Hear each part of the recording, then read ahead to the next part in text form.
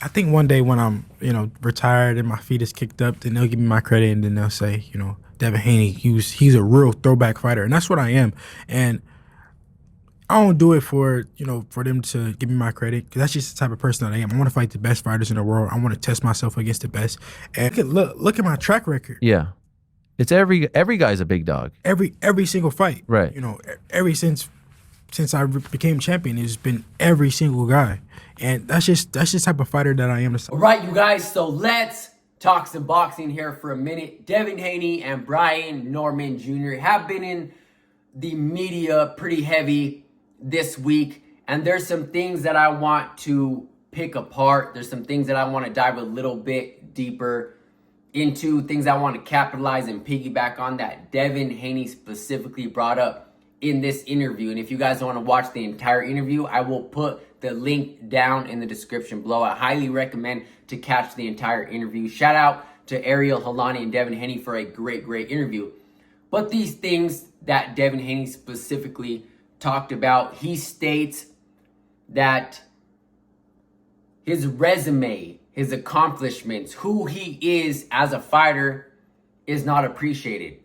And maybe when it's all said and done, they might give him his flowers. And how he talks about how he's a throwback fighter, as you guys just watched. And he's here to fight the best fighters in the game. And I've definitely had my fair share of words of what I think and thought about Devin Haney as a fighter, and different ways he could have went in his career, especially as of recently. But again, let's give credit where credit is due. Devin Haney is a throwback fighter. Devin Haney has showed us in the past and his resume that he's willing to fight the very best, the elites. He's willing to step up to that plate, and he still continues to do that.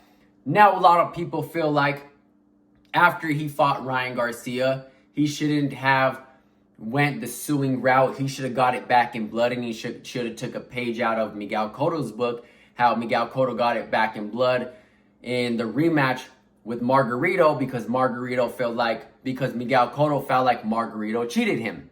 That's the route they felt like Devin Haney should have took. And I feel like that's the route that he should have took. But then again, boxing is more of a business than it has ever been. So I'm not completely against of what Devin Haney did as far as suing, but I still feel like he should have got the route of, I'm going to go get it back in blood, and I'm going to prove that Ryan Garcia is not a better fighter than me, because a lot of people feel like Ryan Garcia won that fight, and a lot of people feel like Devin Haney couldn't block a left hook, and there's so many things that went into this fight that needed a rematch.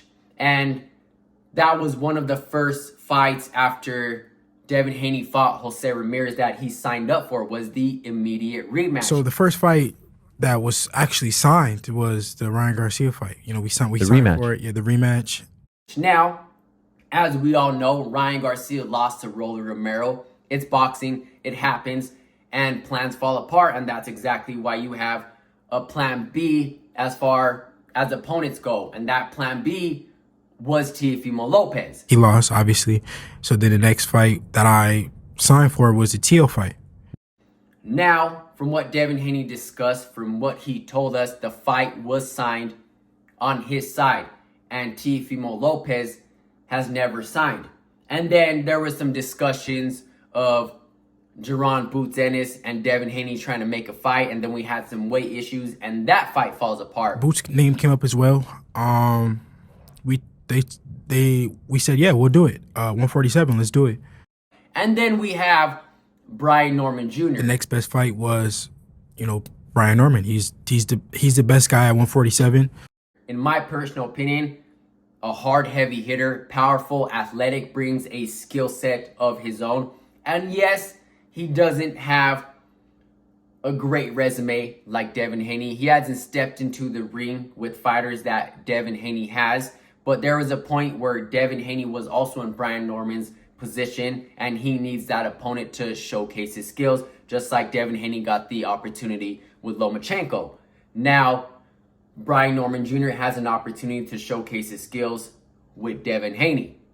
So let's not count Brian Norman out. I get where Devin Haney is coming from as far as he doesn't have the resume, we can't rate him as a fighter. We don't know how good he is because he's never been in there with the great, or he's never been in there with an elite. But you put Brian Norman Jr. against Boots, you put Brian Norman Jr. against Teofimo Lopez. Those are great both fights.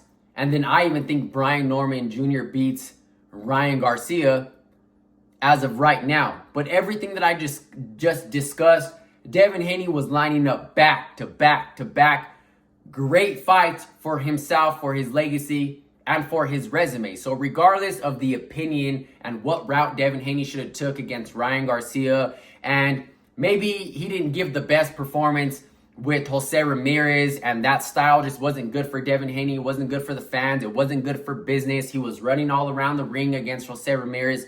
I get it. But let's give credit where credit is due. Devin Haney is here to fight the best fighters in the world.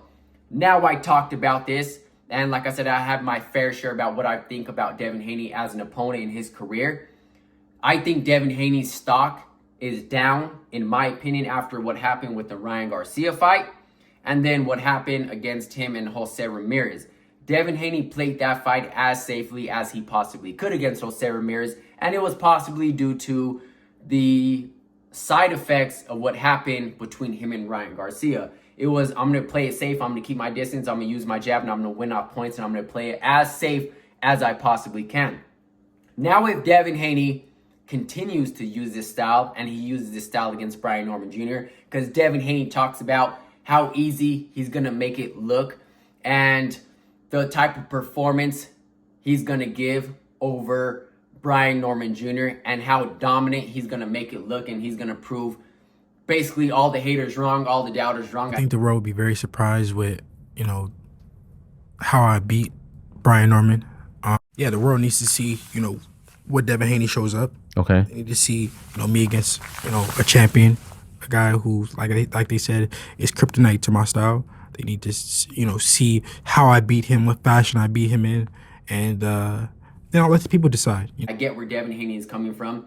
And I don't think Devin Haney is going to make this a physical fight against Brian Norman Jr., especially a fighter like Brian Norman Jr., a physical fighter like Brian Norman Jr. I don't think Devin Haney is going in there to do that. I think that's what he needs to do to get his career back on track as far as business goes, because if he brings that style to the table that he used against Jose Ramirez, our coaches and fighters and management and teams gonna want to still continue to work with Devin Haney, knowing the fans don't appreciate that style, knowing they're not willing to invest their hard-earned money into that style. They're not gonna want to come out to the events. They're not gonna want to pay for the events if Devin Haney's gonna run around the ring, keep his distance, use his jab, win off points, play it as safe as he possibly could. I think Devin Haney has a chip on his shoulder, in my opinion, and he needs to go in there and fight/box Brian Norman Jr. and not play this fight safe. It's boxing. You're going to get hit. Anybody can get stopped. Anybody can get knocked out. This is boxing. Stop protecting your O.